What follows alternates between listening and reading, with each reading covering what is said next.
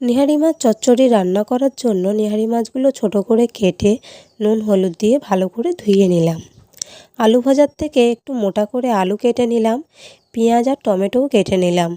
তারপর কড়া গরম করে কড়াতে তেল দিয়ে পেঁয়াজ, আলু, টমেটোগুলো ভালো করে নাড়িয়ে চাড়িয়ে নিলাম। তার মধ্যে স্বাদমতো নুন, স্বাদমতো হলুদ, জিরে গুঁড়ো, আদা গুঁড়ো, লঙ্কা গুঁড়ো দিয়ে বেশ কিছুক্ষণ নাড়িয়ে চাড়িয়ে নিলাম। তারপর নিহারি মাছগুলো এক এক করে সব দিয়ে দিলাম।